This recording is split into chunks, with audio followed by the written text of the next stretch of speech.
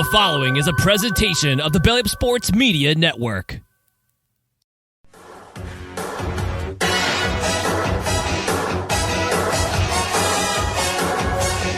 This is the main event.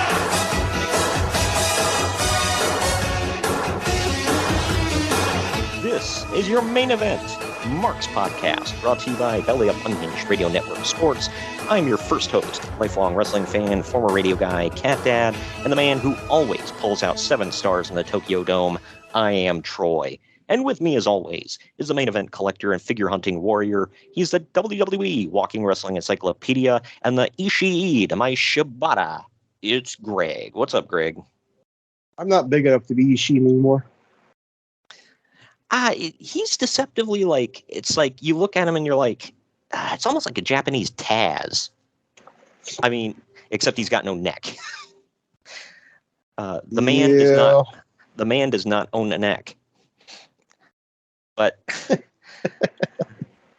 that actually happened. He was at this previous Wrestle Kingdom. He was in the dark match, New Japan or Wrestle Kingdom Rumble or whatever the hell they call it. And he went up to that big Samoan dude. I can't think of, or Tongan dude. You know who I'm talking about? Hikuleo or whatever. Hikuleo, yeah. Yeah. He went up to him. And Hikuleo's like looking down at him, and he's looking around like, where is he? He came up to his like chest. I'm like, damn, I didn't realize. I mean, Hikuleo's a big dude, but I didn't realize how short Ishii was because they never really pair him with tall guys over there. But wait a minute, the Tongan dude's a big dude? No freaking way. Right. Yeah, right. Your lying lips are an abomination. What the hell's wrong with you? Well, normally they're just like stocky. This dude is like a freaking giant, man. Yeah, I've seen him in person. Yeah. How tall do you think he is? Huh? How tall do you would you say he is? 6'4", 5". God dang. I'm 6'1", and I looked up to him. So. Well, I didn't think they could stack crap that high. You know what I'm saying? I wouldn't say all that. I didn't say it to his face. Hey, if Hikuleo, if you're listening, don't tell your family. I'm just kidding.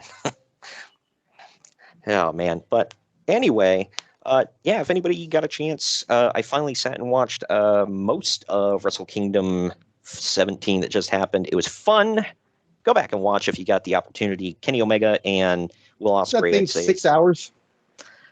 It's long. I'll say that. I mean, if you skip the dark matches, there are a few things you can just flat out skip. The opening match is pretty good.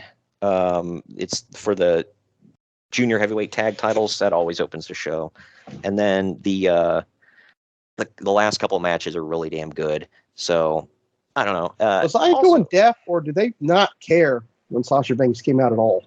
I feel like they just didn't give a damn. I couldn't tell. I'm like, I don't know if they don't care. Yeah, that's what I'm saying. I can't tell either because like it's a huge dome, obviously, and sometimes the noise doesn't come off right. But that's I don't know. One factor. Like, I felt like there was no F's given. But again, I could be wrong. I don't know. I'm just going off of what I saw. But well, that's one factor. Another one is that you never know. Japanese crowds are different. Like, so they don't like necessarily freak out like American crowds do. Then again, she might not be over there. Nobody, they're like, oh, her. So I don't know. I mean, commentary lost their mind. I don't know if the Japanese like quitters or not. So we'll have to off that. Wow.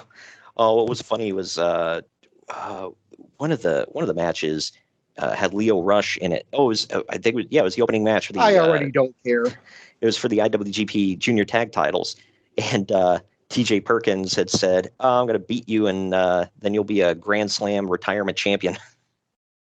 Oh, my God. Wow. It was great. By the way, T.J. Perkins is one of the, or TJP, whatever you want to call him, is one of those guys that looks like he's aging in reverse. Like, I don't know what the hell. Yeah, I always said that, too. It's weird. Yeah. And he came out, because he's part of the Ospreay's group. Can't think of the name of him now. But, United something, right?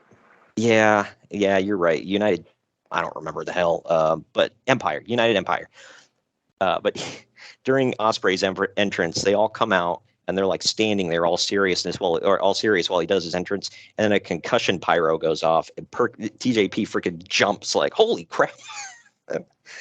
And he's like, everybody else is standing there stone faced, and he flinches. He's like, whoa. It's like that distracted me during the whole entrance. I laughed my ass off. But yeah, anyway, we're going seven years before that, actually, to cover this. It is Wrestle Kingdom 10. There's actually a lot to get into with this one. So I got to ask before we get into it, did you like this better or just as much or less than you did Wrestle Kingdom 8? About just as much. Yeah, I thought it was a good show. Wasn't the greatest show, but I mean, to be fair, this isn't my cup of tea. I don't really watch New Japan much, so yeah, it's not fair to. It's very different from an American show. So I mean, it really is. I'll tell you this though, the first match, I was already like, good Lord, what did you get me into? But we'll get into that. Yeah. Oh, I know. Well, hey, history was made back here. History was actually made this past, not to jump back to, Wrestle Kingdom 17, but it was actually a history-making show for multiple reasons. Keiji Muto had his last match in the Tokyo Dome ever, so that was big. They had that 6-man tag that was dedicated to the memory of Antonio Inoki. But either way, we got some news and notes to get into here. But before we do, time out here real quick to let you know that the Main Event Marks is sponsored by Swift Lifestyles. They are clean energy drinks and focus enhancers, great tasting vitamins, and big brain nootropics that are made and shipped from the USA. Go to swiftlifestyles.com and use our special promo code Main Event Marks, all one word, to get 15% off your order. It's Main Event Marks, all one word, to get 15% off your order at checkout. Now we're going to get into our first break. On the other end of this, we're going to dive into the news and notes right after this break. Follow the Main Event Marks at facebook.com/Main Event Marks Pod, on Twitter at Main Event _Marks, and on Instagram at Main Event _Marks and at Main Event Collector. Get ready to rumble in your new Main Event Marks merchandise. We've got t-shirts, hoodies, masks, hats, stickers, pins, and much more on our Redbubble store. That's maineventmarks.redbubble.com. You can also pick up some awesome clothing items with the latest updated show graphics on our Bonfire store. That's bonfire.com/store/main event marks. Support your favorite retro wrestling podcast and pick up some cool swag on our Bonfire and Redbubble stores. That's maineventmarks.redbubble.com and bonfire.com/store/main event marks. By God, somebody's interrupting the Main Event Marks. Sit down, JR. It's just me, Kyle Sullivan, aka Shaggy Von Doom, your host of Here in Puckburg on the Hockey Podcast Network. I know, a hockey show on the Main Event Marks. Who would have thought? This is an invasion angle. Somewhere between the Nexus and when WCW tried to invade WWE, somewhere in there. But I'm over here just telling you that one half of your tag team champions over here, Greg, he told his story of his love for the game of hockey over on my show. And if you'd like to hear that story, all you have to do is search Here in Puckburg wherever you get your podcast or on YouTube. In the meantime, Shagamania's got to go run wild on some other hockey show. So, just remember, quote the Raven, nevermore, take your vitamins, say your prayers, and oh yeah! The Main Event Marks are available wherever you get podcasts and on YouTube. Find all of our links on our link tree at linktr.ee/Main Event Marks. And we're back. Real quick, we want to let you know that the Main Event Marks is sponsored by Shocked Energy. Shocked Energy is a healthier alternative to traditional energy drinks that gives the energy that gamers need while in a long session without skimping on their health. Their products come in a powder form and you mix them into water. You can either choose from green apple or watermelon You can also try both if you get their sample kit. Use our special link that is down in the podcast description, or you can simply go to shockedenergy.com at checkout. Use the promo code main event, all one word, to save 10% on your order. That's promo code main event, and you're going to save 10% at checkout. Do you like your coffee like you like your podcasts? Gimmick and politics free? Well, so do we here at the Main Event Marks, and so do the guys and gals at Coffee Brand Coffee, where they ditch the gimmicks. You see, when you buy your coffee from other roasters, chances are that they've been sitting on the shelf for heaven knows how long.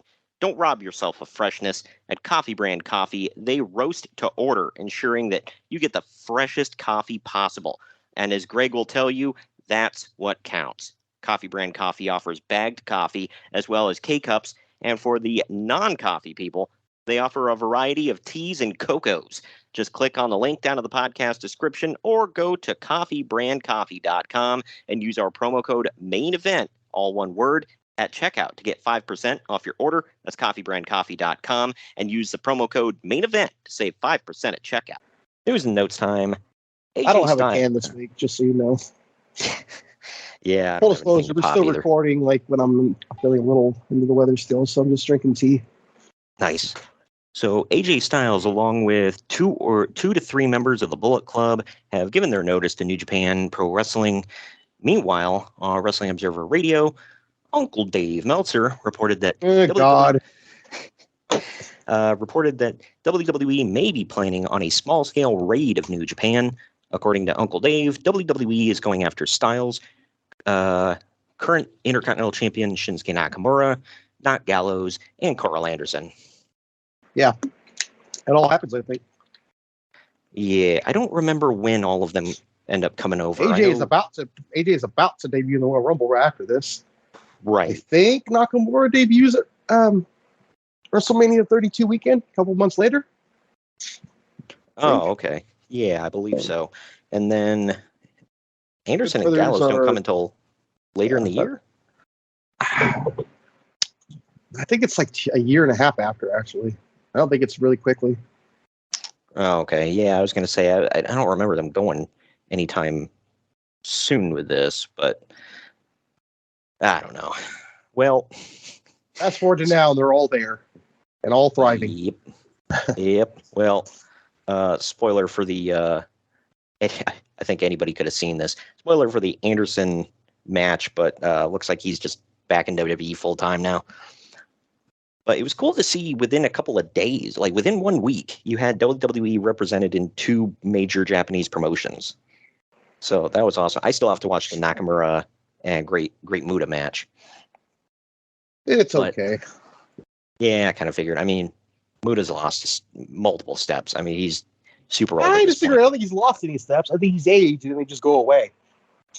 Yeah, well, there's that. But the votes are in for the 2015 Wrestling Observer Year-End Awards. Oh, FFS. The Lou Fez / Ric Flair Wrestler of the Year goes to AJ Styles, followed by runner-up Hiroshi Tanahashi. Not shocked. But then, moving on to this, I don't. You and I will have to remember. You'll have to help. Get it out. It must be bad. It's not bad. It's just I don't remember this timeline necessarily going into WrestleMania 32. So, but Dwayne "The Rock" Johnson is officially on the lineup for WWE's WrestleMania 32 in April, though it remains to be seen if the 10-time world champion will actually compete or show up in a non-competitive capacity. The Rock revealed the news. Kind of both. Yeah. Wasn't this the one where he comes out with a damn flamethrower? Yeah, and then he beats, I think, Eric Rowan in like 8 seconds. Yeah, and John Cena comes out to wrestle with him. Yeah, that was a cool moment. Still kind of hurt, by the way. I didn't think he was supposed to be back. Right. Well, the Rock revealed the news on his Instagram account. That's funny. Like, major WrestleMania news on Instagram. Then again, The Rock has like how many millions of followers on social media? So millions and millions. Well, these just write themselves. Exactly. So on the January 4th episode of WWE Raw, Chris Jericho returned to in-ring competition full-time and confronted the New Day. He also announced his plans to win the Royal Rumble. Yeah, about that. Yeah. Well, I was going to, but plans changed. Hashtag plans changed. Well, keeping on with the Royal Rumble there, Curtis Axel has been revealed as the second participant in this year's 30-man WWE Royal Rumble match. He follows the Big Show into the confirmed list of names after the Giant entered himself on last week's Raw. Also just added to the lineup are the Wyatt family. Who cares? I know, right? That's a who's who of who? Hey, nobody cares. Nobody cares. Who's who? Yeah, right. Also on the list are the Wyatt family, Dolph Ziggler, and Ryback. Yeah. Little do we know, these guys would all be competing for the WWE title that night. Yeah, right. So it was an important Royal Rumble match. Not everybody in the match was important, but the match itself was important. If I remember correctly, I think this is the one Curtis Axel was never eliminated from, and he held on to that like first ever child he didn't want to let go. I was never eliminated. I'm still in the Rumble. Was this that one? I think that makes sense. The one. Yeah. Good Lord. They tried to make everything a gimmick for him. They just threw crap against the wall to see what would stick. This one's pretty sad, though. WWE Raw paid tribute to... yeah, because that last story, that wasn't sad at all. With Curtis Axel. Well, that was more pathetic than sad, but... my life is everything, so joke's on you. Let's go ahead. Wow. WWE Raw paid tribute to iconic Motorhead frontman Ian Lemmy Kilmister, who died on December 28th at the age of 70 after a brief struggle with cancer. Yeah, that sucks. Yeah. That blows, man. Motorhead will always be like one of the top metal bands of all time. Top band. Wow. Yeah, and I'm sure Triple H was legitimately heartbroken about this, not just because it was his favorite band, but because I think him and Lemmy were like legitimately close. So that sucks. This is funny, getting away from the sad stuff. Vince McMahon triggered a bunch of calls to the NYPD after he appeared to get arrested a couple of weeks ago on Monday Night Raw. Cops began fielding calls after a segment on the show where Vince stepped in to protect his daughter from some rent-a-cops at the Barclays Center in Brooklyn. Vince got shoved by Roman Reigns. Stephanie demanded some rent-a-cops arrest Roman. They told her to drop her attitude or she'd be arrested. Vince aggressively grabs one of them, and then the uniformed officers arrest Vince. Do you remember that? Yeah, he got a shirt out of that too, I think, with his mugshot on it. Yeah, his mugshots went viral. Those are hilarious. They didn't say what the calls were pertaining to. They just said they were about Vince McMahon, but apparently the NYPD just got flooded with random calls about it. It's like, I just want to know what's up. It's like, what the hell? I love how people in, 2016 were watching Raw, and they were like, oh my God, this is real, and I need to call the police department about it. There's no internet, Yeah, right. Well, what did Meltzer say? Well, actually, he like it was like he like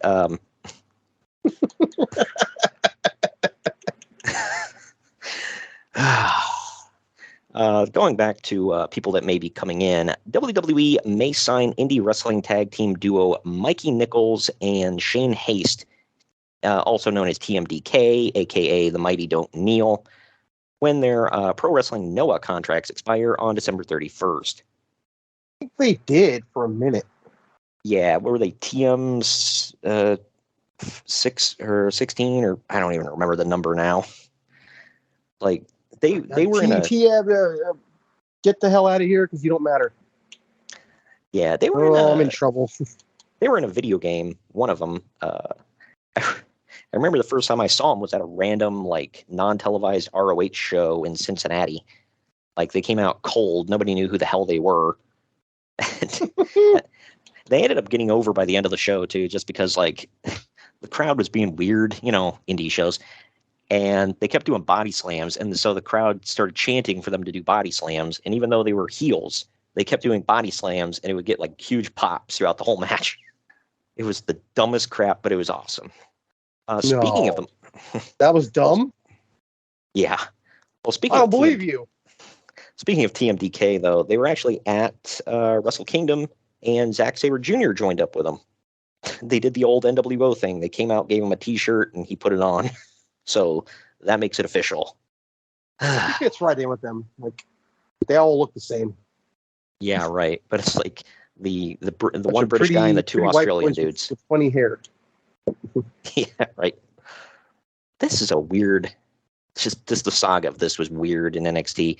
So, according to reports, WWE had big plans for former NXT star Solomon Crowe before he left the company on a mutual consent. Crowe wanted to be released from the company last November and got what he wanted. It was revealed that Crowe was supposed to be the next big thing in NXT, but left after he felt that he would still make more money by leaving the company, even though he is about to get a push. Crowe had a hacker gimmick in which he controls the lights and the LEDs of the arena using a tablet. After leaving the company, he made a return to the independent circuits with his real name, Sami Callihan. I remember there being a report that he hated that whole hacker thing, and now he still does it in Impact. Yeah, I know. When I found out he was doing it in Impact, I freaking facepalmed. I'm like, mother of God. Why? I don't look at that man and think, you know what that guy is? Eventually computer wins. Yeah, right. Like, why? I mean, I guess they were trying to get with like the punk rock, cyberpunk hacker kind of looking whatever. But good Lord. I don't think so. Yeah, they all sound like chain smokers too, by the way. Yeah, right. I don't like all the hardcore crap he does, but as an actual, when he actually wrestles, I like Sami Callihan, especially like when he was younger. I don't see him like, maybe I'm wrong, but I don't see him as like the next big thing of NXT, like they were going to give him a huge push. But he went over to Impact and had a great feud with Tessa Blanchard and lost to her, so there you go. Yeah, right. So he really did well for himself. I will say kudos to him. He's stayed employed with them, and he's actually been like at or near the top of the card pretty much since he went. But to your point, yes, he lost to Tessa Blanchard. He's done a lot of hardcore, crazy crap. He bashed Eddie Edwards' face in with a baseball bat. That was cool. And he's still living off of both of them. Are still living off of that. Yep. Well, and he clearly isn't hitting the gym like he used to, but that's another point for another day. We'll talk about Impact here coming up. This is will we? Will we really? Of course. This is I funny. hate you. No, seeing where we are today and going back to this. So it's been rumored for a while, but with the coming of the new year, Zack Ryder and Emma have made it official that they're dating. How's that gonna go over? Yeah, right. Flash forward. All that guy does is bat 1,000. Right? That saying they can't all be first round picks, not for him. But I mean, it's like they have to all be first round picks. Of course. He married Chelsea Green, and then Emma is with Madcap Moss or Riddick Moss or whatever the hell you want to call him. So there you go. Speaking of, batting 1,000, look who she went to. Yep. She only likes the tan buff dudes. The vascular guys.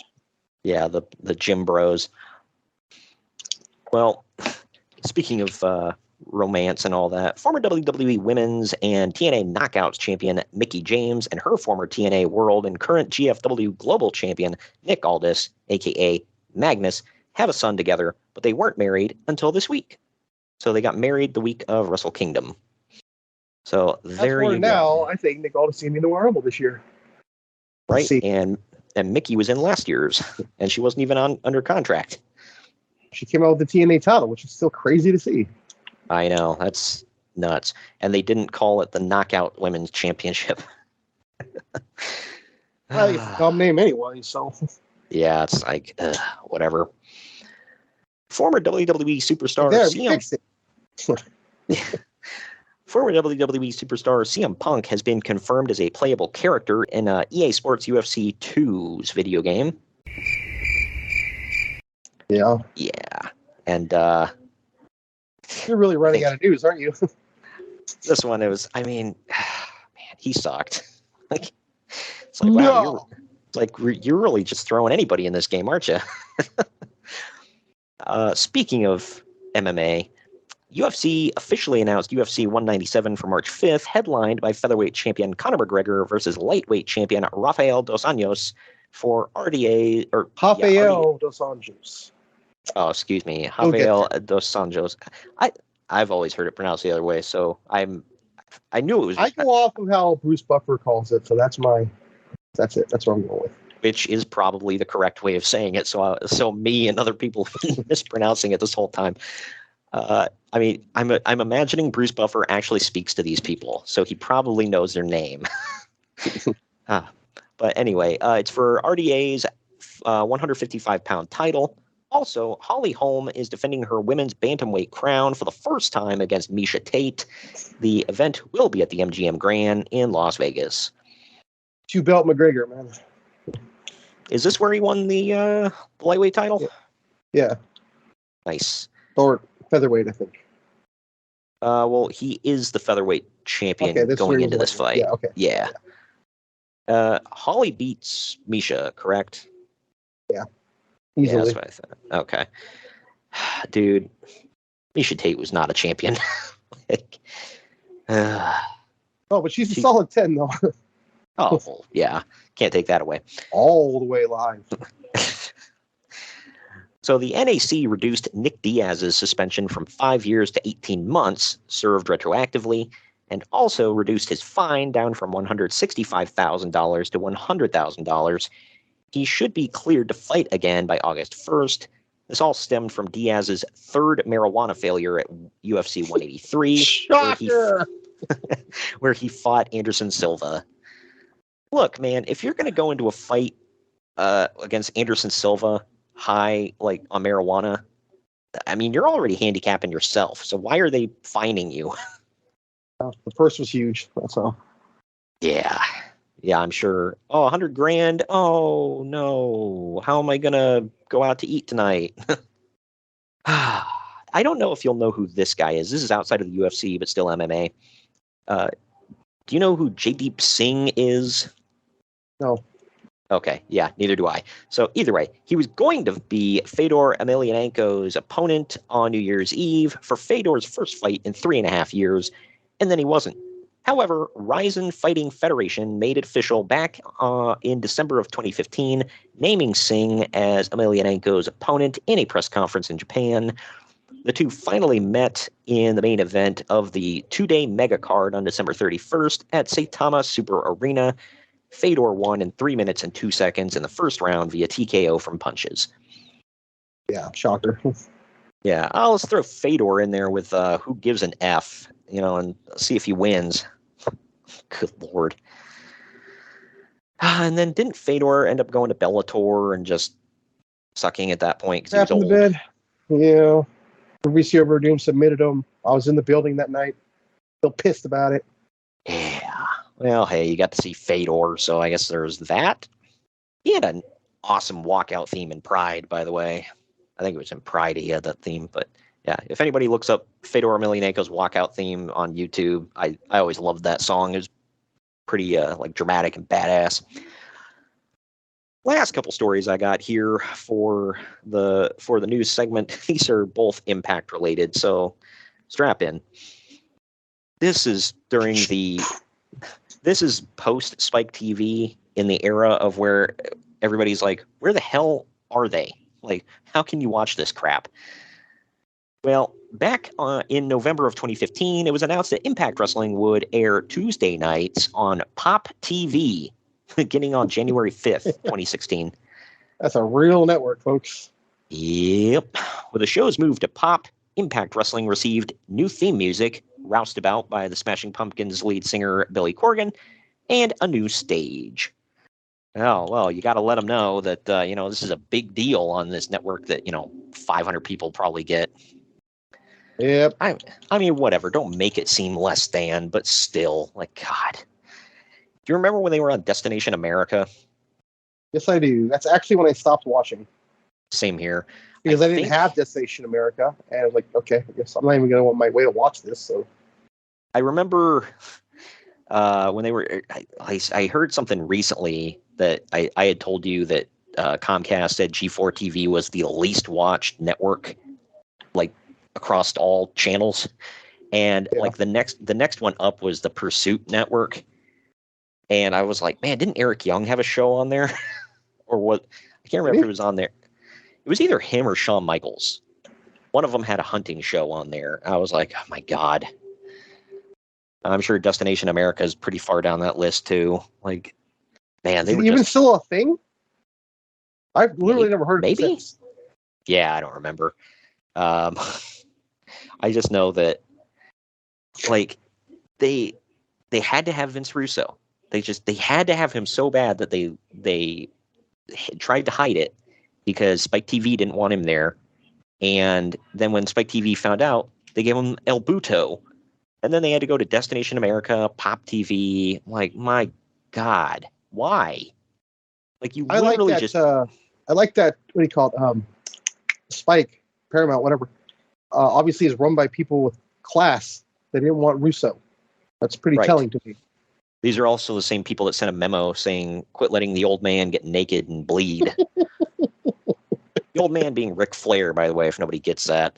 This is a real story, by the way. We are not making this up. You can go look it up for yourself. Yep. And the thing is, they wanted to go into business with TNA.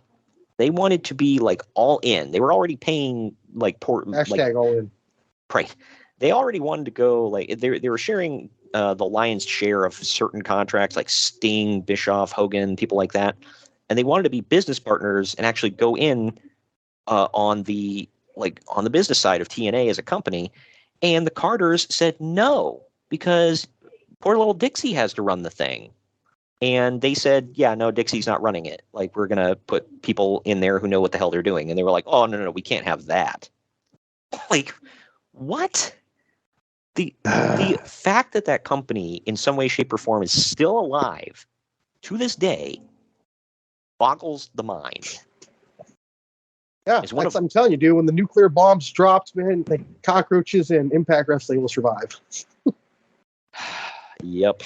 And we'll have nothing to eat but Twinkies. To wrap things up here, prior to TNA's live Impact Wrestling debut on Pop TV, a match was advertised between the Beautiful People and the Dollhouse. Missing from the hype was Dollhouse leader Taryn Terrell, leading some to speculate on her whereabouts. Now, Terrell has confirmed that she has left the company and will not be returning. The reason for the split has nothing to do with her, has to do with her recent marriage to a motorcycle stuntman, and not due to ill will with the company. She had nothing but kind words to say about TNA and wished them well, possibly leaving the door open to a return down the line. So I don't know what the marriage had to do with it. I feel like I remember hearing something about she became a born-again Christian, didn't want to take her clothes off on TV anymore. And then she went back to doing it all again. Right. Ooh. Did God come to her in a dream and say it's okay to get naked? I mean, if that's bad or anything, I don't judge. But what was the change there?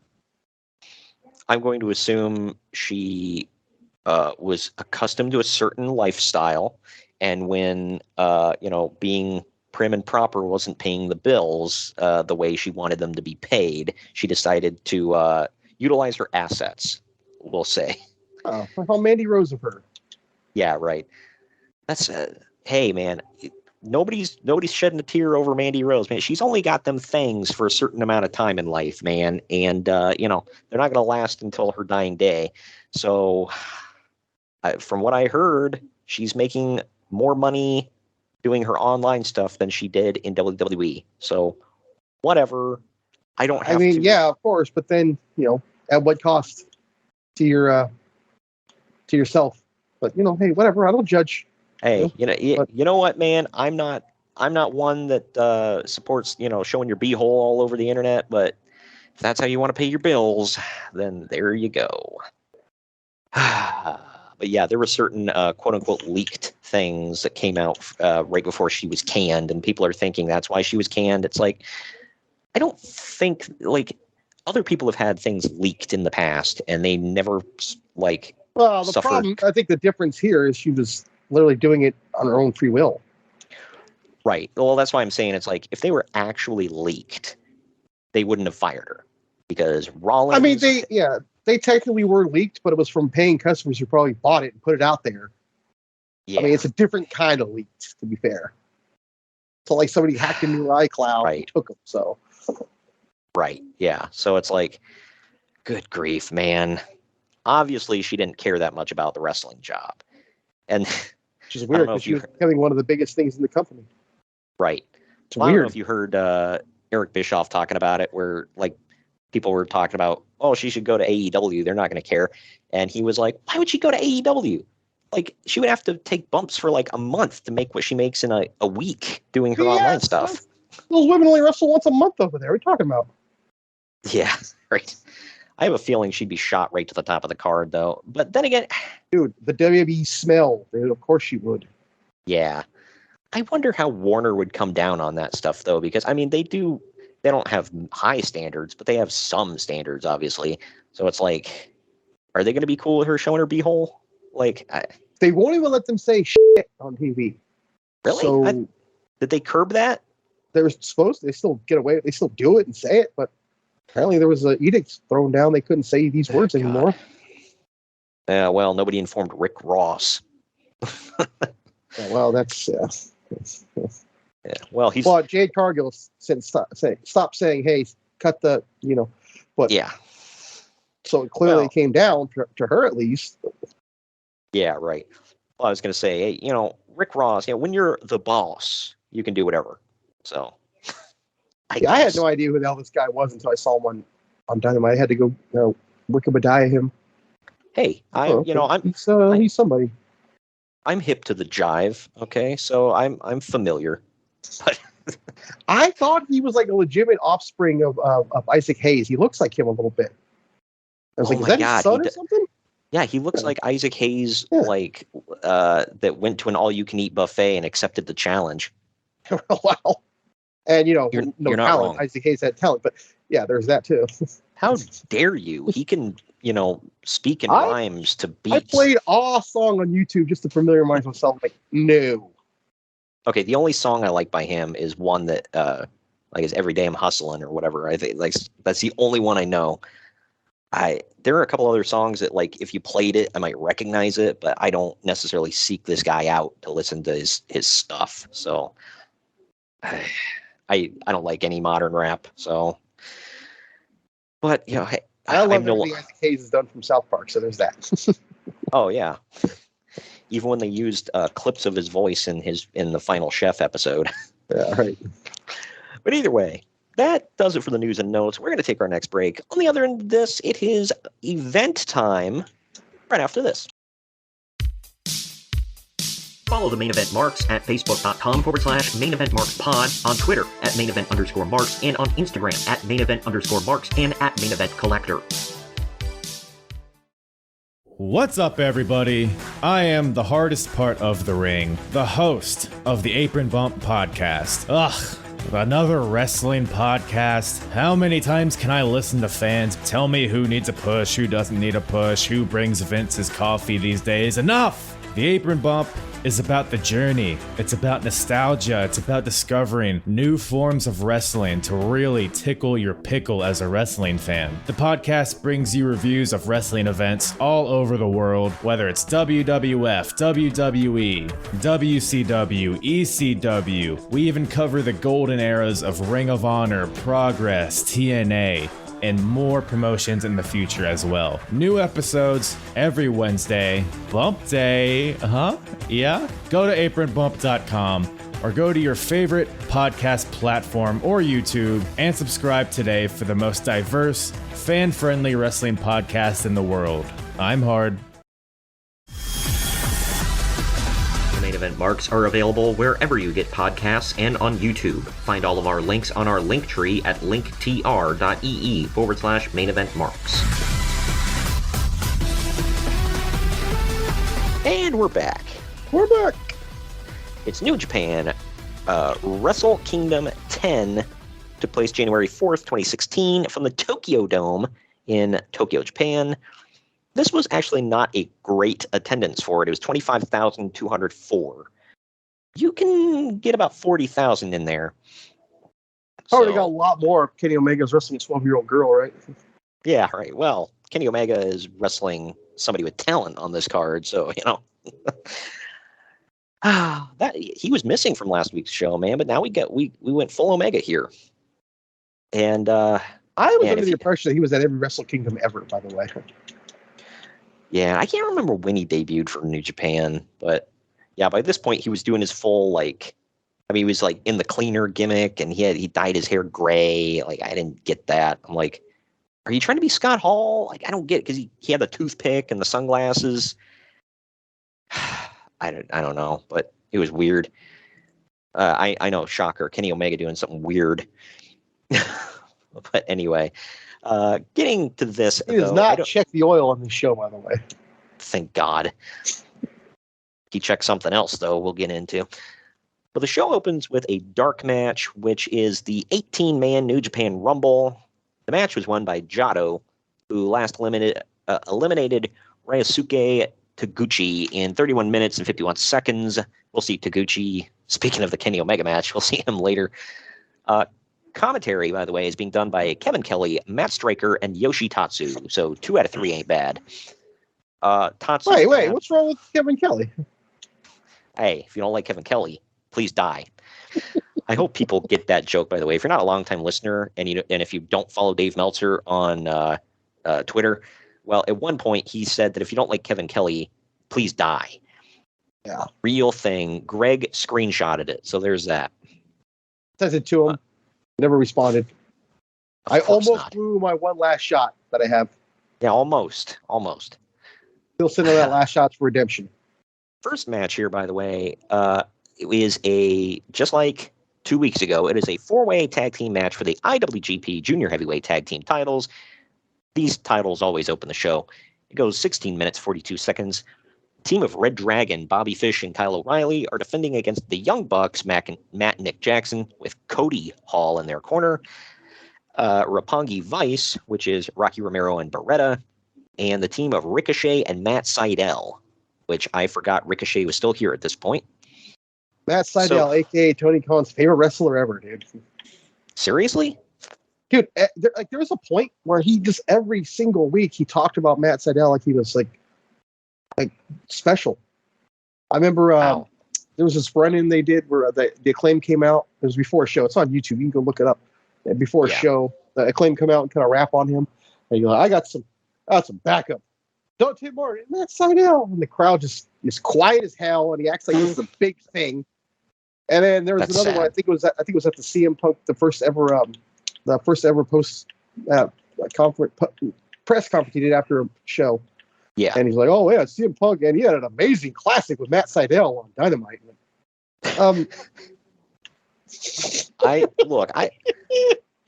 I have 2 Evan Bourne figures. I really liked Evan Bourne. Since he left and went back to being Matt Sydal, I haven't given a damn. Like his debut in AEW, dude. You remember that? Tell me you remember that.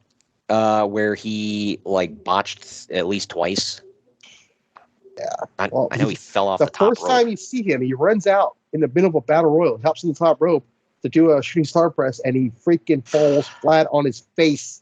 Yep, I remember that. I was like, oh man, dude can't catch a break.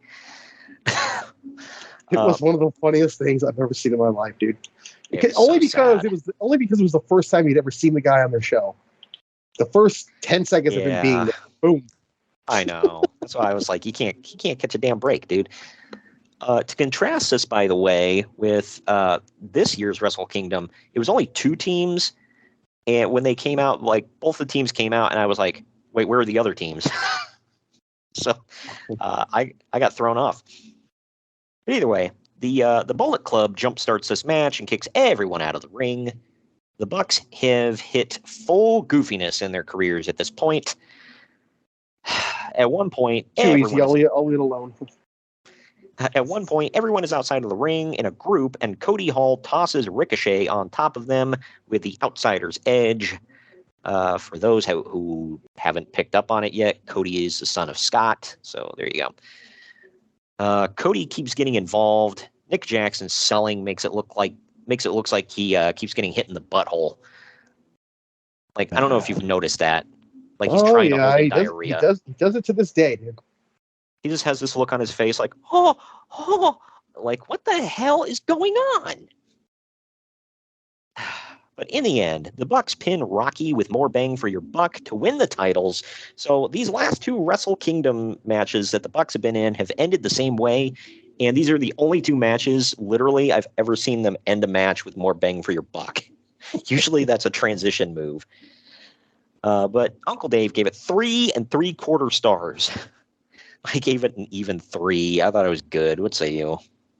I gave it 2, dude. It was just like a damn, what do you call it, a trampoline fest all over the damn place. Yeah, good lord. I had to subtract some points for, one, just the selling by the Young Bucks was just even more over the top than usual. And the saying something. Right. And just the constant freaking interference from Cody Hall. Like, dude. Like, I which made me remember. I was like, I remember when they tried to make him a thing. Yeah, I mean, well, they should have, but yeah, he had the look. Right, he had the look, bro. But that wow, yeah, no, he was a big MFer. I'll say that. Like, if anybody remembers when Scott Hall was big Scott Hall, like the way he looked then, that's basically Cody, but like shave his face and shave his head. But he's no Big Bill. Oh, yeah. Somebody asked about something about, who wants to see Big Bill versus so-and-so on AEW, whatever. And I was like, dude, I can't get past the fact that his name is Big Bill. Like, that will never not be funny. What's your name? Big Bill. Like, okay, I instantly don't give a damn about you. But my favorite thing is when Brian Last was like, because I would never even thought about this. It's like, how do you introduce him? Like, if you're an announcer, Big Bill. He's right, you know. Like, how do you do that? Wasn't his name Kaz XL or some crap before? It might have been. I think he went to W. Morrissey. Yeah, he was W. Morrissey in Impact, and that's right up there. Like, which is worse, W. Morrissey or Big Bill? It's like right definitely there, neck and neck. Definitely Big Bill, though. Oh, well, Big Bill, sure, but it's like it's like a photo finish. You know what I mean? Yeah. Because W. Morrissey, like, really? It's pretty rough. I still say he should have went with William XL. Like, that was something you and I predicted. Like, when he first left WWE years ago, we were joking around, and one of our friends said Large William, and which, oddly enough, both of us were right, because he went with Kaz XL at one point, and then Big Bill. So, variations of that. Do you remember when Billy Gunn debuted in TNA, and we jokingly said William Pistol, and they were going to go with that, and they got hit Mother with of God. assist. I do not remember that. William Pistol. Yeah. I remember they got hit with a cease and desist because they were calling him the Outlaw. Yeah. Yeah, that was something. You can't be an outlaw if you don't come out with a thick black mustache and 10-gallon hat. Well, he's a new age outlaw. That's some pretty. Well, that's the point. It kind of defies the whole point. Like, he's like some pretty blonde white boy that's all buff and stuff. He doesn't look like a gritty outlaw. Yeah, and then he joined the Beautiful People and had cherries on his outfit. That was, that's outlawish. Anyway, this next match is for the never open weight 6-man tag titles. They're up for grabs. Nobody's a champion. So it's between the Bullet Club of Bad Luck Fale, Yujiro Takahashi, and Tama Tonga taking on this team. It's Toru Yano and the Briscoe brothers of Jay and Mark. My God. Sky, boy. It went for about 11 and a half minutes. As always, Yujiro's valet is all kinds of roll tide. All the way live. She didn't have the bunny mask here, though, so I don't know if this is the same one. He's had a few. Yano and Dem Boys has got to be the weirdest damn trio I've ever effing seen. Like, God. But just like the previous match, the Bullet Club jump starts it. Go figure. While the Briscoes whoop tons of ass, Yano is just there to do stupid taunts and pop the crowd. I don't think they knew how to respond to Dem Boys. How do you respond? Yeah, if you're not in Delaware, how do you respond? Right. Well, unless you're in the deep American South, and then they come to Japan, who's very prim and proper and everything, and then it's like, oh, these guys. Like, now, I have in my I feel like every non-American, like the Briscoes are their image in their mind of what an American is. God. That's what I feel like, especially Mark. But anyway, in Why the end, especially Mark? Because he's got no teeth. But in the end, the Briscoes pin Tama Tonga after hitting the Doomsday device. Of course, just like every other company, they slap together. The slap together weird ass team wins the titles. But Uncle Dave and I both gave this dose stars. It was watchable, kind of. What say you? I gave it 2. I actually got into it more than the last match. It was fine. I don't like Bad Luck. It's funny to see the contrast within 2 years. Bad Luck Fale added about $100. Takahashi's okay. Tama Tonga's really good. Yano is a comedy character, and the Briscoes are like the only like really good workers besides Tama in this match. So it's like, what? Are you telling me that Mark Briscoe's not a comedy character? Is that what you're telling me? Oh, he is. He's just a really good wrestler on top of it. So there's that. Yano is like, man, I made my feelings known. If anybody wants to know how I feel about Toru Yano, go listen to 2 weeks ago. I just, not a fan. I'll say that. But anyway. It reminds me of, what's that guy with the Boogie Nights in WCW? Remember he's with Alex Wright? Magnum TA, or yeah, no, Magnum, the hell is his name? Magnum Tokyo. Yeah, right? Yeah. Tokyo Magnum. Tokyo Magnum. Yes. Yes, it reminds me of that. My God. Like, why are you just... He's just like, he's always a comedy character. But the thing is, that crowd effing loves him. So it's just one of them things I don't get. But then again, a lot of people, it's kind of like the Orange Cassidy thing. I like him. Not everybody gets it. So, whatever. A little dog pockets. God. But this next match, wouldn't you know it, a wrestling match broke out. Oh, yeah. It is. It took a while. We got to a good one. Yep. The ROH title is being defended for the first time ever in the on Wrestle Kingdom in the Tokyo Dome. Is Jay Lethal with Truth Martini in his corner, defending against Michael Elgin in 12 minutes. This is the greatest first-generation wrestler in history, by the way. Exactly. And he's doing nothing special in AEW right now. The fact that they're blowing it with Jay Lethal, I just can't fathom what is going on. He's in a tag team with Jeff Jarrett now. Oh yeah, the TNA boys, and then that big Indian MFer, whatever the hell his name is. Zippy the Pinhead. Mother of God. Who you calling Pinhead? and he's gonna have the most lethal finisher. No pun intended. He's gonna have the most lethal finisher in wrestling history. He's gonna lower his head and just ram you with a spike on his head. Mother of God. I didn't come up with this. At one point, I think AEW and WWE are competing over who has the bigger Indian guy. At one point, the referee gets distracted when Elgin picks up Lethal for a powerbomb, and Lethal blasts him in the head with a Book of Truth. He then hits the Lethal Injection for the win. Uncle Dave gave this 3 1/4 stars. I gave it 3.5. My favorite match of the night thus far. What say you? I gave it 3. Thought it was great. Oh, yeah. Forgot how good Michael Elgin was. I know, man. What the hell is he doing nowadays? Last time I heard, wasn't he threatening suicide or something like that? Or I know he had some issues for a long time.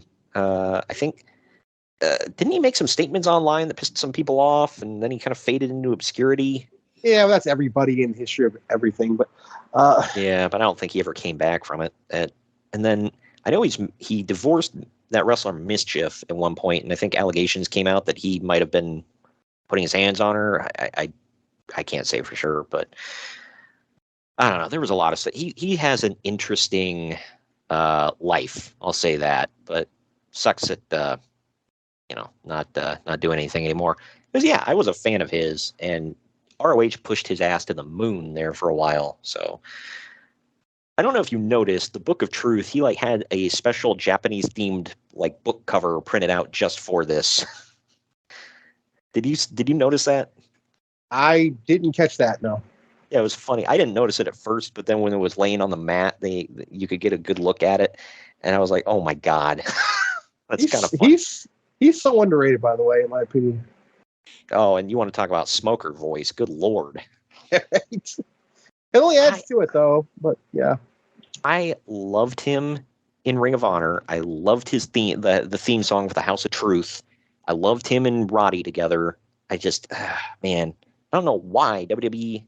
Well, I think WWE just kind of soured on managers there for a while, so I think that's probably why he never got a call. But I don't know. Maybe he was just loyal to Ring of Honor. I think he did help with backstage stuff. I know he's a trainer too, so maybe they wanted him to shut his school down if he would have signed with them. I really don't know. I don't know. I don't think that's it. They have a bunch of people with schools that are signed with him. Yeah, Seth Rollins, Booker T. Yeah, wait, Seth Rollins has a school? Yeah. When the hell did that open? I had no idea. Oh, years ago. Wow. Is that kind of like the Shawn Michaels school where it's his name is on it, but he's not actually ever there? I think so, yeah. That's funny. Well, I got to throw that on Kane, too, because he has a school with Dr. Tom, and I think Dr. Tom's the one actually there. Kane is off running, being a mayor. The devil's favorite libertarian. Oh man. So that'll never not be funny too. Oh, I know. That's a classic. This next one, man, these entrances popped me, or at least this first one did. So Ryosuke Taguchi comes out to the ring dressed like Doc Brown from Back to the Future before the next match. He's carrying that one got me right there, but it's man, that hair was just. You went a little too much with the hair, but I dug it. The look on his face too. He's like, "Hey, what the hell?" And he's thinking fourth dimensionally. Yeah, right. And he's got the remote from the first movie, how he controlled the car. That it's awesome. He's sitting there messing with it in the ring, and then so Yoshitatsu is completely fascinated by this, by the way. He's pointing out the most obvious stuff. He is Captain Obvious. He's like Back to the Future. And, he's from that movie. We know. God dang, dude. I'm serious. If anybody wants to go back just to listen to Tatsu's commentary, it is man, it's horrible. But either way, Kushida comes out dressed like Marty McFly. That was awesome. I love this whole thing. Kenny Omega. Figure. Oh, yeah. I wanted that figure. I never did get it. So that was Kushida's entrance. Kenny Omega's entrance, he comes out doing he's the T-800 that just teleported. He did Terminator-style entrances at least twice, maybe 3 times. So that was something. I'll say I always thought it was cool, but then again, I love the Terminator movies, so. He had brooms, dude. Oh, well, yeah, because he's the cleaner. Get it? Sure. I will say I kind of laughed because he was talking about that before. They were like, what is the cleaner? And he's like, like a mafia cleaner, after you kill after somebody gets murdered or, whatever, he comes in to clean up the crime scene or whatever. And he's like, people didn't get it. They just kept thinking I was a janitor. So he's like, I just leaned into it and started bringing brooms to the ring. Well, that's clever. Yeah, it's mother of God. He literally made it worse, but okay, whatever. Yeah, right. But this one is Kenny Omega with the Young Bucks in his corner because, we haven't seen enough of them. He's defending the IWGP Jr. Heavyweight title against KUSHIDA with Ryosuke Taguchi in his corner. This went just shy of 13 minutes. Taguchi gets taken out at one point behind the ref's back. Outside of the ring, Kenny Omega sprays cooling spray in Kushida's eyes and then in his own crotch. Yep. Kushida then dives through All the rope. real, folks. Yeah, I'm not making this up. Why would I be? I like how, by the way, they love that stuff so much. They brought it back years later with Brandon Cutlet. So stupid. But Kushida dives through the ropes, and Nick Jackson throws a trash can in his face before Omega moonsaults off the guardrail with that same trash can onto Kushida. Even after all the interference, Kushida fights through.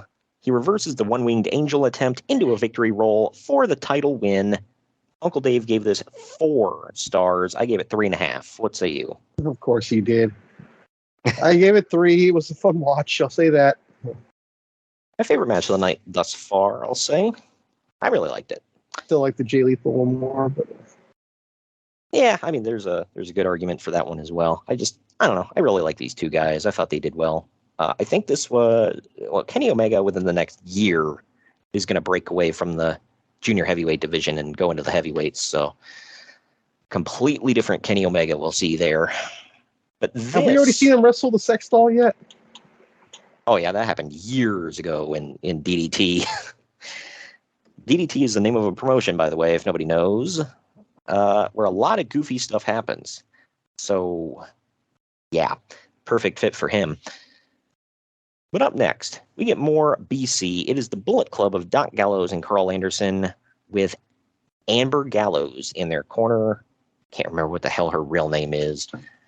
But they're defending the IWGP Heavyweight Tag Team titles against Togi Makabe and Tomoaki Hanma. Excuse me. And this goes just shy of 13 minutes as well. The damn Bullet Club are all over this effing show. It's like damn near every match. On his just like way NWO was back in the day. Yeah, well, that is accurate. Or that is correct.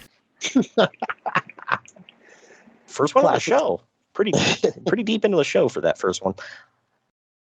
Anyway, on his way to the ring, Carl Anderson looks at the camera and says, 8 Wrestle Kingdoms in a row. That's effing Undertaker style. Sure. I mean, yeah, it's like, did you win 8 in a row? Because I guess. But in the match, Hanma gets cracked in the back of the head and bleeds. Meanwhile, Makabe gets kicked in the mouth and holds it in pain for a good 3 to 4 minutes. I think he legit got kicked in the face. Bullet Club mostly dominates the first half of the match. Oddly, Hanma is the only one who gets offense for his team for a while. Makabe does nothing. The BC hit the boot of doom on Hanma. Gallows hits the Gallows pole on Makabe, and those still don't do the trick. They're not able to hit the Magic Killer off multiple attempts. Finally, in the end, Hanma hits a diving headbutt followed by a King Kong knee drop from Makabe onto Gallows for the win, and they win the belts. Uncle Dave gave this 3 3/4 stars. I gave it 2.5. I thought it was average. What say you? I gave it 2. It was okay. Yeah, I mean, I didn't hate it, but at the same time, I was like, really? Almost 4 stars? Where? Yeah, in Tokyo. Which Oh, means well. it was probably like a 1.5 star match, really. Yeah, really. Well, it was in the Tokyo Dome. It had 2 Japanese guys in it, so therefore, almost 4 stars. But Good Lord. But now is the time of the show where they advertise upcoming New Japan Pro Wrestling tours for the rest of the year, as well as upcoming Ring of Honor shows in America. And now we get the big matches of the night are starting now. It's Tetsuya Naito with Los Ingobernables de Japan in his corner. He's taking on yeah, Hiroki. all those words. You're Hispanic, or half Hispanic. You should know. No? Sure. Yeah. But they're taking on Hiroki Goto, or excuse me, he is taking on Hiroki Goto. This goes 12 minutes, 16 seconds. Going into this one, I knew it would be awesome. I love both these guys. LIJ jump Goto from behind before the bell rings, allowing Naito to take his time. By the way, this is another contrast. If anybody remembers 2 weeks ago, that Naito was very different from this Naito here. Evil uses a chair, and Naito sets up a table, dropping Goto onto it off the apron. Like most Goto matches, these two beat the absolute piss out of each other. Naito ends up throwing one of Goto's boots into the ref, taking him down. This allows LIJ to interfere, but Goto tricks Bushi into hitting Evil, and then he hits him with the Ushigoroshi. In the end, Goto nails Shoten Kai on Naito for the win. Uncle Dave gave it 3 1/4 stars. I gave it 3.5. I think this might be my favorite match up to this point. What say you? I gave it 3. I didn't know who the hell either one of these guys were, but I liked it. I've always loved LIJ. I like them better than the Bullet Club. The Bullet Club was fine, but LIJ I thought was cool. Most of the members broke off. I don't think LIJ's I think it's still a thing, but I don't know. I know Evil went on. He's in like Horror House or something like that. Some new damn faction they got. Yeah, Horror House? Good Lord. Yeah, they tried making him a main eventer there for a while. It didn't go well. But I think he's still with, you remember Sonata? I do. Yeah, I think they're still together as a team. Sonata was part of LIJ for a while, recreated himself. But up next, man, this is the big meaty men smack and meat match. It is Tomohiro Ishii. This is what woke me up right here, dude. Yeah, right. That you'll feel this through your TV. It is Tomohiro Ishii defending the never openweight title against Katsuyori Shibata. It goes 17 minutes, 19 seconds. For those that don't know, by the way, I've mentioned the never open weight, whatever. It's not the word never. It's it stands for something, but I don't remember what the hell it means.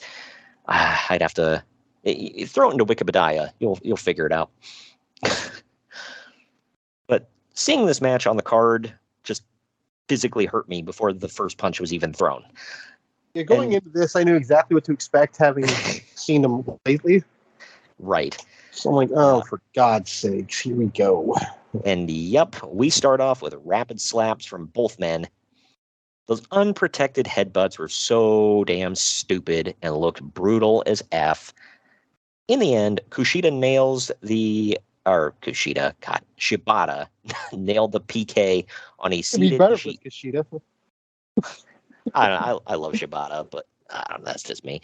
Anyway, he nails the PK on Ishii and wins the title. I love this style of match, and I love both of these guys, so I highly enjoyed it. Dave gave it 4.5 stars. Tokyo Dome rules, dude. Yep. I gave it 3.5. I really liked it, but God, 4.5, like almost 5 stars. Get the F out. What say you? I gave it 2. I can't stand this kind of stuff, dude. I love hit me. This is stupid. The only thing I don't like about it is when they literally stand there, like it's like they're begging for you to hit them. Like that's stupid. But like, I like strong style. I don't know. I've always been a fan of that. So this was different. But either way, we now get a promo for AJ Styles versus Shinsuke Nakamura. Some of the Japanese to English translation on the screen is kind of funny because it doesn't match up. At this time, these were two of the best in the entire world, in my opinion. AJ obviously the top, but Shinsuke was in the top 5. So we see that back in 2008, AJ actually came to Japan and faced a young Shinsuke, but only in tag matches. They've never actually faced off one-on-one, so this was like the first time ever. And I'll say, oh yeah, I'll say now this is my favorite match of the night. Now the next match, like the main event, I loved it, but this was still my favorite match of the night. This one is Shinsuke Nakamura defending the IWGP Intercontinental Title against AJ Styles. And it goes 24 minutes, 18 seconds. So AJ still has his emo Justin Bieber hair here, and he hadn't went full soccer mom yet. Stupid soccer mom haircut, which is on the list, by the way. Exactly. You mean the lexicon of Jericho? Or no, the lexicon of Le Champion. The Ocho wizard, every other thing in the world. Yeah, right. Hold on to my fading youth. Yeah, all that. Wow. So these two keep hitting their biggest signature moves on each other, but Styles can't get a Styles Clash, and Nakamura can't get the Bamaye. Shinsuke escapes the calf killer at one point. They're going all in and beating the piss out of each other and going full strong style. Styles reverses a triangle choke into a Styles Clash, followed by a near fall, and then he hits a Bloody Sunday. When going to the top rope, Styles, going for a top rope Styles Clash, Nakamura reverses it into a top rope landslide, hits the Bamaye to the back of AJ's head, hits it in the face. In the face. Damn near kills him. And he retains the IC title. Uncle Dave gave this 4 3/4 stars. I don't know what shaved off a quarter. I gave it 2.5. I gave it 4.5 stars. I effing love this damn thing. What say you? I gave it 4. I loved it. That was my favorite match of the night too. Yeah, this was amazing. I'm going to assume he shaved off a quarter of a star because AJ is not Japanese. Yeah. Or Canadian. That's got to be it, man. But are you saying he favors Japanese wrestlers? Oh no, not at all. Just just making sure. Only decades of evidence supports that claim. But either way, whatever. After the match, both men get up on their knees, and Shinsuke puts out a fist. AJ thinks about it, and then they fist bump. He fist bumps Nakamura. This would lead to him getting kicked out of the Bullet Club, by the way. What's funny is that one of the young lions helping AJ to the back after the match is a future leader of the Bullet Club, Jay White. I don't know if Switchblade. Oh yeah, you're right. Who just headlined the Tokyo Dome again. So there you go. In moving into the main event action here, in the play-up package for the main event, we see that Hiroshi Tanahashi tells Kazuchika Okada he thinks that only he can make New Japan better, not Okada. He then hypes up their match at Wrestle Kingdom since he just won the 25th G1 Climax. This was the equivalent of like John Cena winning Money in the Bank. It's like, oh, yay, I guess. It was like the one thing you hadn't done. But he says he wants to take New Japan into the mainstream. The video hypes how this will be Tanahashi's 6th consecutive main event at Wrestle Kingdom. Okada basically says that Tanahashi's time is come and gone, and he's the top dog in the promotion now, and that he will take New Japan to new heights. Last year, Tanahashi took down Okada and literally made him cry. But this year, Okada says that it's a new year, and he is the one that will make it rain money in New Japan. Literally and figuratively. Yeah. I'll buy that. I think he's going to. Right. But now we're going to take our second to last break. When we come back, it's main event time right after this. Follow the Main Event Marks at Facebook.com/Main Event Marks Pod, on Twitter at Main Event _Marks, and on Instagram at Main Event _Marks and at Main Event Collector. Hey gang, it's Commissioner Cooper of TSS Fantasy. We are the fantasy show of the people. Expert fantasy advice, free contests, leading expert medical and legal analysis, and most importantly, you. Interact with us on all social media platforms or check us out at tssfantasy.com. You can hear us on Spotify, Apple and Google Podcasts, iHeartRadio, and many more. Check out the fun today and be a part of the most interactive fantasy show around. TSS Fantasy, the fantasy show of the people. Hello everyone, my name is Ryan McCarthy and I'm the host of the No Credentials Required podcast. Start your work week with the Monday Drop-In, where I talk about the sports beat in the Capital District, also known as the Mighty 518, as well as Metro New York sports from an upstate point of view. I also give a life lesson from a weekly sports story, so you might learn something from that. I also have a midweek podcast where I interview different sports personalities and talk about a wide array of topics. Take a listen and subscribe on your preferred podcast app, including Apple Podcasts, Spotify, Spreaker, Google Podcasts, Amazon Music, and iHeartRadio. Also check out our social media channels on Twitter and Instagram, BellyUpNCR, and Facebook.com/BellyUpSportsNCR. We're a part of the Belly Up Sports Podcast Network in association with Godzilla Media. No credentials required, where you don't need a press pass to talk sports.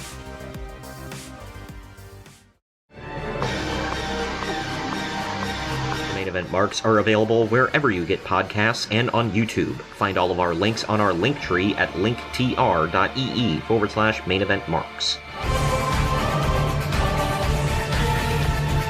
And we're back. We're back. It is main event time. Kazuchika Okada defends the IWGP Heavyweight title with Gedo in his corner against Hiroshi Tanahashi. This goes 36 minutes and 1 second. So Okada gives the crowd blue balls because the coin drops, the lights drop, and then it sounds like technical difficulties, but it was just kind of like an intro. So the crowd's like, yeah! I thought that was funny. Right. The lights then come back on, and he's standing on the stage, and the song starts again as gold dollar bills rain from the sky. Yoshitatsu is so effing useless on commentary. Matt Stryker asked him... How do you really feel? Matt Stryker asked him at one point, he said, how would you defend against somebody going after your neck? And he says, I would watch my neck. Like, thanks for the analysis, Yoshi. Oh. Get the F out. Pro analysis right there, dude. Right? Like, no, you just let him hit it. Like, how do you stop somebody from hitting you in the face? Don't let him hit you in the face. Cool, thanks. But anyway, Tana kicks out of a tombstone followed by a rainmaker, and then Okada hits the high fly flow, and then Tanahashi hits the rainmaker. They're going full Rock Austin here. Rainmaker! Tana hits a high fly flow to Okada while he's face down, and then again when he's on his back, this gets a near fall. Tana goes for a third and gets drop kicked out of midair. That was beautiful. Okada ends up hitting back-to-back rainmakers to get the win. Uncle Dave gave this 5 stars. I gave it. Of course he did. Yeah, of course. If it would have went a little bit longer, could have got that 6th one in. I gave it 4.5. What say you? I gave it 3. I thought it was really good, but wow, 3. I don't know. These are 2 of my favorites in Japan. So a really, really good match. I'm glad Okada freaking won. I like Tanahashi, but he just I didn't know the results going in, but I just knew he was gonna win. I was like, yeah, this is his show. Tanahashi he was the ace of Japan for the longest time. Like I said, he was basically their John Cena, and he just he always has this aura about him, like, I deserve it. I'm the guy. And it's like, I mean, you should. Well, he is. But it was almost like a sort of like a racist thing between him and Jay White, because he was like, you're not from here, so you don't deserve to main event my show. And it's like, well, damn, dude. Does he really feel? Yeah, it's like, that's a little effed up, but all right. But after the match, Gedo does his usual 10-minute show-closing promo where he pumps up Okada and talks about how he's the future of New Japan and of pro wrestling as a whole. I always like this because I don't understand a word he's saying until every once in a while he'd go, Rainmaker! It's like, okay, I understood that one. Apparently Rainmaker doesn't translate to Japanese very well. But Okada echoes those sentiments and says that he's looking to the future. And we close the show. On the other end of this final break of ours, we're going to tell you the final ratings we got and what's coming up in the weeks ahead here on the podcast. Follow the Main Event Marks at facebook.com/Main Event Marks Pod, on Twitter at Main Event _Marks, and on Instagram at Main Event _Marks and at Main Event Collector. Good morning, good afternoon, good evening, and good night. My name is Thomas, and what's your name? I'm Alan. Yeah. We're brothers. That's right. Yeah. Same mother and father. Your room was... we shared the room. Shared a room? We shared the room. Thought I knew your face. Yeah, we go way back, mate. Yeah. We should do a podcast then. We have. We do a podcast? We do a podcast. What's it called? The Roadcast. Yeah, that was planned. Yeah, well. What do we do? Well, we cover all different things in the world of pop culture. We're talking about comic books, we're talking about professional wrestling, and we're talking about movies. Go back and watch classic retro wrestling events, the likes of WWE, WCW, and if you do like that, you can check us out on Apple iTunes, also on Podbean, Anchor, and on Podknife. Also check us out on Twitter at The Broadcast. That's BROKAST. Nearly stuffed up the ending. No, it's all right. Good on you. Yeah. Instagram also at The Broadcast Podcast. Remember, we don't spell it with a C. We spell it with a K. Salute, mate. Take it easy.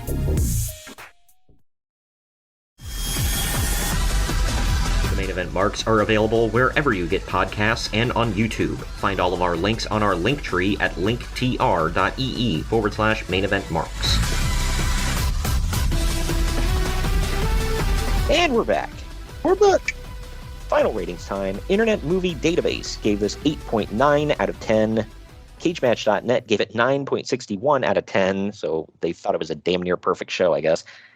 I gave it an 8.5 for a B+, A-. What say you? B-. It was fun to watch. Yeah, I enjoyed it. I didn't... It's just, it's not my cup of tea, so it's hard to just really get into it. Yeah. This week is double main event week, meaning we've got a bonus show coming up this Friday. So if you don't like the Japanese stuff, we're heading back to New York. It is some WWE for you, literally from MSG. We're going to be talking about, I'm still putting the notes together for this. It should be a fun timepiece. It's Triple H's return to Madison Square Garden on January 7th, 2002, after he tore his quad. So I definitely want to talk about when he was injured and kind of the news leading up to his return. Spoiler, it's all WCW invasion based. Yeah, right. Now, I know, what was the show? Refresh my memory. What was the show he was supposedly supposed to be at? He was on the posters or whatever, and they Vengeance. pulled the plug. Vengeance, okay. Now in the archives, I believe. So he obviously didn't come back then, but he is here on Raw to one of the biggest pops I've ever heard in my entire life, which is funny because he was a huge heel when he got injured. Then he comes back and he's like cheered like a god. So it's funny, but it's awesome. And then we're rounding out the month next week, January 25th, with WWF Royal Rumble 1997. That was a damn good show, historic show from the Alamo Dome, actually, in San Antonio, Texas. Looking forward to that. Getting some, if Japanese wrestling isn't your thing, maybe some Mexican wrestling will be your thing. We throw some luchadors in this one, but we kind of ease you into it with the WWE. So there you go.